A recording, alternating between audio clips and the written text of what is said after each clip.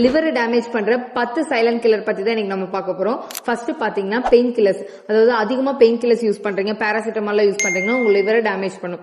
ரெண்டாவது விஷயம் என்னன்னு பாத்தீங்கன்னா ஃபேட்டி ஃபுட், அதிகமா ஃபேட் இருக்க ஃபுட், ஜங்க் ஃபுட்ஸ் எல்லாம் நீங்க யூஸ் பண்ணக்கூடாது. மூணாவது பாத்தீங்கன்னா சுகர் கண்டென்ட், அதிகமா சுகர் கண்டென்ட் இருக்க ஃபுட்ஸ் எல்லாம் எடுக்கும்போது சுகர் எல்லாம் ஃபேட்டா மாறதுனால உங்க லிவருக்கு நல்லதே கிடையாது. நாலாவது விஷயம் என்னன்னு பாத்தீங்கன்னா டீஹைட்ரேஷன், அதாவது தண்ணி குடிக்காம இருக்கவே கூடாது. உங்க பாடி டீஹைட்ரேட்டா இருக்குன்னா உங்க பாடியில டீடாக்சிபிகேஷன் நடக்காது. அஞ்சாவது விஷயம் என்னன்னு பாத்தீங்கன்னா ஸ்லீப், சரியா தூங்காமையே இருக்கீங்க அப்படின்னா அது உங்களோட லிவருக்கு நல்லதே கிடையாது.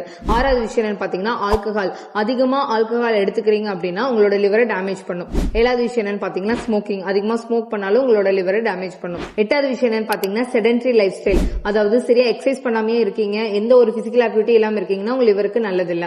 அடுத்தது பாத்தீங்கன்னா ஹைஜீனே இல்லாத வாட்டர் அண்ட் ஃபுட்ஸ் ரெகுலரா எடுத்துக்கிறீங்கன்னா அது இன்ஃபெக்ஷனும் உருவாக்கும்.